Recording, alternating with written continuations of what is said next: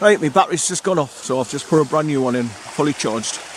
And I was just busy pointing my camera down to Kershop Burn. That's K-E-R-S-H-O-P-E. And I'm starting to get spots of the wet stuff coming down. I hope it doesn't start getting any heavier, because it's just very, very miniature at the minute. Right, so without further ado, I've set up my time lapse. It's charging up and recording at the same time. So hopefully I get a bit of a long time lapse. There's a couple of hikers just come down the road there from going up to see the they'll probably come back from the Kershop Head Bothy, that's what they call it. I can see where there's people just been cutting across the grass there, look, to get down there by the we can get down to the river easier past the trees. Right, so I need to get on with my walk now.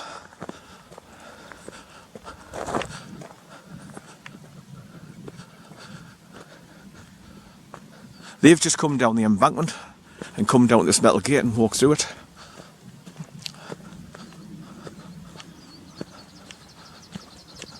Let's have a look. So obviously you go up there, that takes you back to the top of the bank where you come down the S-bends.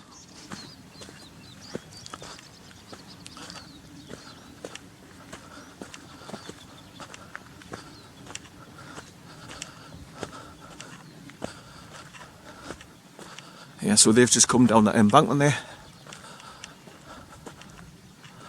You must be able to follow that trail and go up to the top path. But that's the way I went, round and down and then round and just keep on going along the road. And eventually, like I say, I come to the quarry. It's like set back a little bit on the right hand side. And the road goes past it and bends round the right and goes uphill like that one. And that's where you go up about half a mile till you get to the crossroads and then turn left. And then the road just takes you directly to the bothy.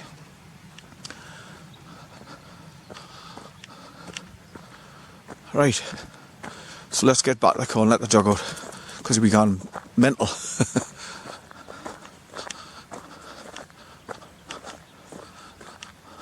Just wanted to show you where I park. So basically when you're walking a long distance, and I walk with a limp because I've had a stroke, so I get fatigued easily as well, so that's why if I can get as close to possible where I'm going to my location, I will, just to take some miles off the journey, and that way I'll not get fatigued so quick.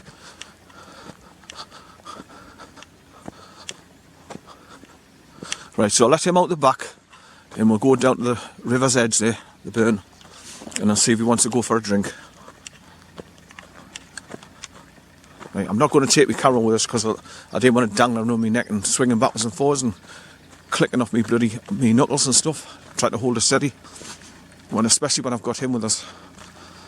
But I'm not going to have him on the leader, so that's the difference. He's not pulling me at my right arm when I've got him on the leader. And therefore I can steady the camera and take photographs. Right, so I've got my time lapse going at the moment, and while the engine's running, it's charging up my DigiPower battery, which is the 8-hour battery, as well as the it's plugged in the side of my GoPro 8 there. So it's charging the GoPro 8 battery from the DigiPower battery in my centre console there. So that's why I get long time lapses.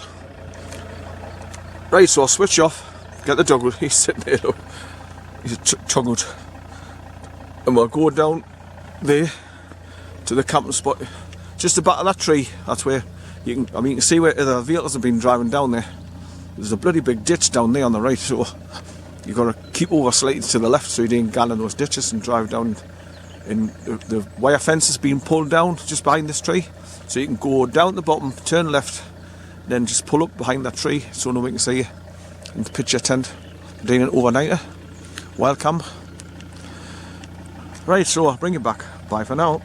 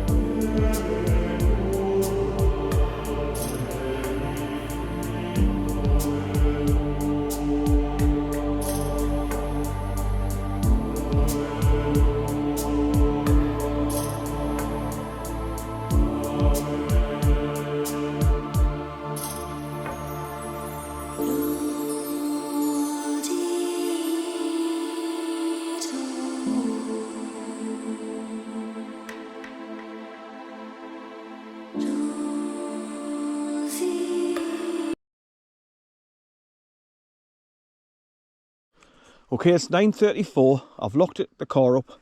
I've set my time lapse away, and once I turn the engine out, you've got to press the button on the DigiPower battery there, and that starts charging up the my GoPro 8 to start doing time lapse. When I got to where I parked up, I realised that my lights were on the bloody DigiPower, so I haven't been charging it up. Silly me, it's been on, not charging up anything. It wasn't connected, so I've had to put the USB lead in it and start charging it up a little bit while I was sitting there. That's why I always do a bit of a time lapse while the engine's running, just to make sure I get something, just to show where I am. Right, come on, son. Right, he's so excited, he's just running off and doing everything on his own. Little bug, he's not waiting on me. Right, come on, son. There he is. So he knows where he knows where he's at. So he's just quite happy to bugger off and leave me. Come here. Where you been? Where you been, son? Come here. Come here. Come here. Come here. Good boy. Good boy, son. Good boy.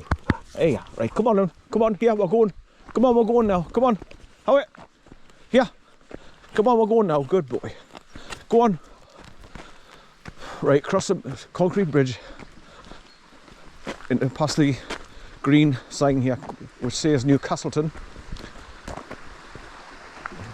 Right, so I'm going to be doing the same walk I do as normal, the Psalmstone walk, where you go around this right hand bend, you go up the road about a quarter of a mile, then you come to the junction on the left, you turn left and start going up the hill, and then you come to like where there's a track goes off to your right and goes up behind itself, but you just go straight on, and that takes you to the Psalmstone, which is just a big huge stone, and it's got a hole in the middle, and round the outside of the hole it's got etched into the stone the words of the Psalm Jerusalem.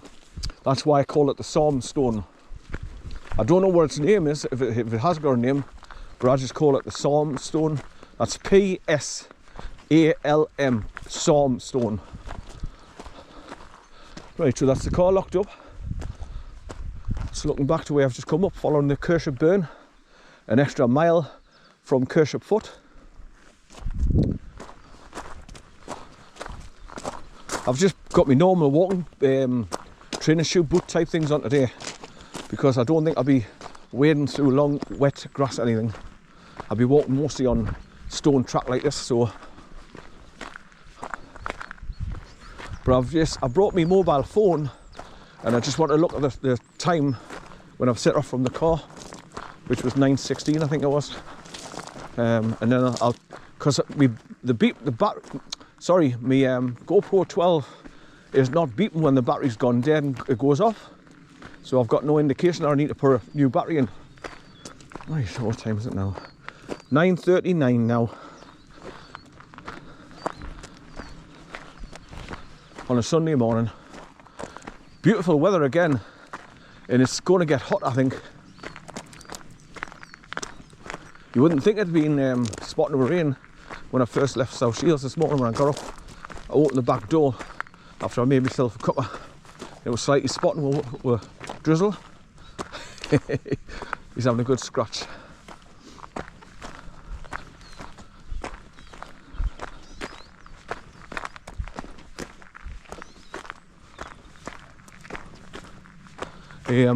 I've just been laughing on Facebook how they do things, how they try and get money out of people. I mean, Facebook's supposed to be a media for people to communicate, but they turn it into a shopping channel now. And it's lots of people have been posting about dogs lately, so they thought, oh, right, we'll make money out of people because everybody loves their dogs. So how they catch you, they say 3 ways your dog, blah blah blah, when it's eating grass.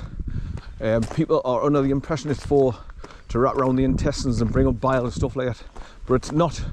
It's a cry out for help. And they put the dog sad eyes on to get you.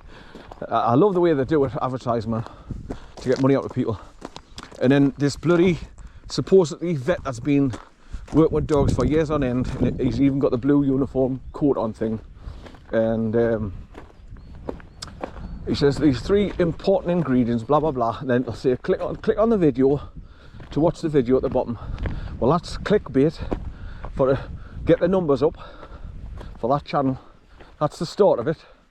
Then when you click the video and you start watching the video, that's obviously they've got the numbers of people that's interested in it by clickbait. And then you watch the video and it tells you the 3 ingredients which is good for them. Which one was, the first one was Japanese mushrooms. Second one was beef liver. And there was a third one which I forgot now. But it goes on and on and on, and then you think, right, what's going to be the punchline, what's the catch here? And sure enough, after you watch the video and that, it says, well, all these important ingredients that's good for your dog for health, a good shiny coat, and if they've got stiff joints and stuff like that. So obviously, yes, they're trying to get you interested in buying. And I thought, right, what product they're going to sell? Sure enough, within 5 minutes, it comes up with this jar of stuff that all these ingredients that they've been telling you about, which is good for your dog, have been crushed into a powder, and it's in there. So you add a scoop to the dog's food when you feed them, so they're getting all these nutritional bits and pieces that they tell you that they're short of.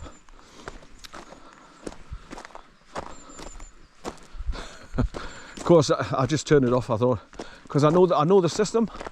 Right, if you look straight ahead now, 250 yards, you can see the 2 green signs, which tells you how the distance is to go to Bloody Bush Road and onto the Kielder Forest main road that goes around it by Lewisburn footbridge. If you walk straight along the bottom track here, it's 13 miles. But if you go up where I'm going to now, it's 17 miles. But I'm not going over to the English side. I'm just staying in this vicinity in Kership Forest here. And that's the road that you take along there on the other side. That takes you to the Bothy. You can just see the road there. And there's my first chemtrail plane Ganower. First one spotted this morning since I parked up. He's going to the toilet again. I stopped at the pub halfway down here and he went then and he's going again. As usual, in the long grass where I've taught him, so he's good. He knows what he's got to do when he goes to the toilet. It's off the road, off the paths, and in long grass out the way. He's having a good scratch there now. He's like a cat. He covers over when he goes to the toilet. So not only is he a good boy, he's cleanliness. He cleans up after himself basically. Trying to cover it over by scratching the ground. Right, so this is where I turn left and go uphill.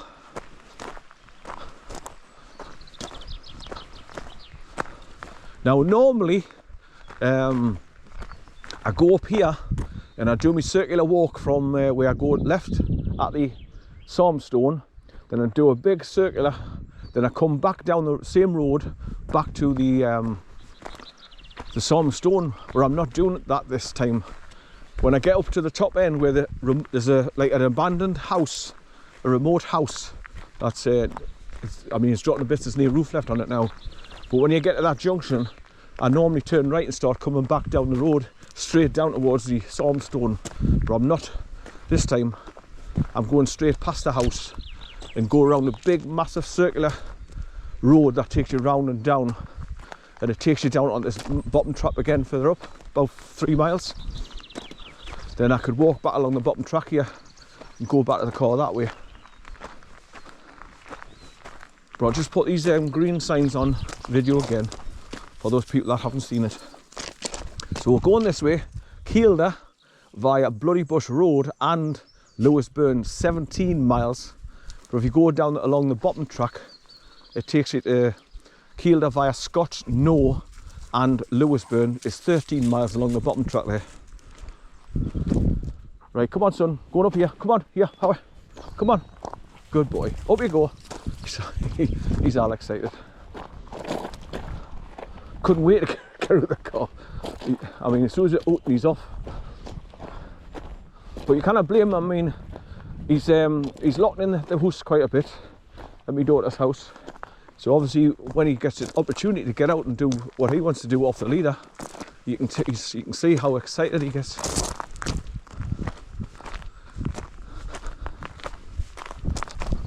Right, Right, so you can see the road up ahead, going up and bend around the left, look. That's where I'm going. Right, so the sun's out, the skies are quite clear, got a bit of a breeze, so that'll keep us cool when I'm, because obviously I pick up the heat when I'm walking. But as usual, I've got my 4 t-shirts on underneath this thick sweatshirt, so I don't want to be getting any hotter. I'm going to be looking for a hidden track and all when I go along here. There's a hidden track goes off to the right behind the trees, and it goes right up to where I'm going past the house. In fact, I might come back that way and see where it brings us down on the track, but it depends if I can see it when I'm going past it, when I'm going up here. Right, there's another plane going over, dropping the chemtrails.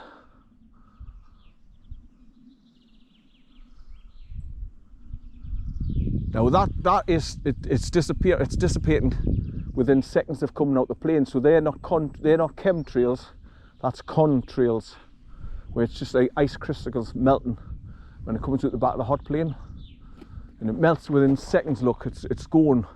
It doesn't spread out all over the sky and go a silvery grey and blot out the sun. So that's contrail.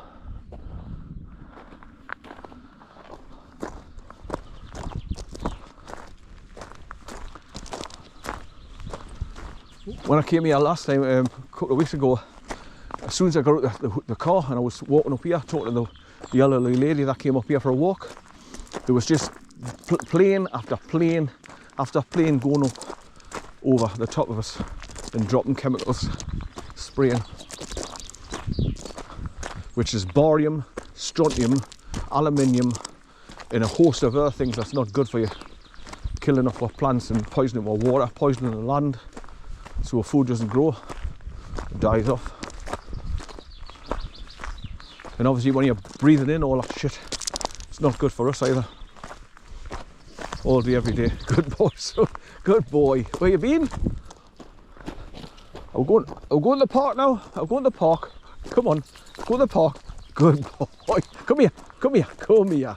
Right, this is where I want to coax him over. Come here, no. Come here, come here, come here, come here, come here. Hey, there you go. You know, it's all right. It's all right, son. There, good boy. Are you a good boy for your granda? That's all I want to do. Just coax him over, so he sees he's not going to get grabbed and put on his leader. There you are. Who's a good boy for his granda? Eh? Are you a good boy, son? There you are. Where you been? Are you been out? Right, come on, up here, come on. How up, up. Go on up you go. Good boy. He's like I say, the more I do this, where I bring him out and I take him off his leader, give him his freedom, and then when I call him back, not put him on the leader, just I call him back and pat him, and he'll come back every time, and hopefully I'll break that bloody monotony of him running off when I'm trying to get him on his leader. So I can't run after him, so I've just got to coax him over like I just did, and this time it worked. But he's getting used to doing this now, that's why. It's just repetition, repetition, repetition. That's how you train a dog. And they get to know exactly what you want from them and do as they're told. Good boy, son, good boy. He's eating grass again. But that's what sparked us off, like thinking about that video I watched yesterday on Facebook, shopping channel. It's now a shopping channel. Advertises all kinds of things to buy. Money, money, money, money. Right, so as you can see, this is like a steady ascent, and then you get round the corner, it's still going uphill slightly. So I'm glad when I get in the single track straight ahead, then it flattens out a bit. But this first part kills you, going up here. But you've got beautiful views over the other side when you're this high up. So you can see the bottom road, it's just down there. And it's coming right along from where I crossed the bridge, right along there. And all you're doing is following the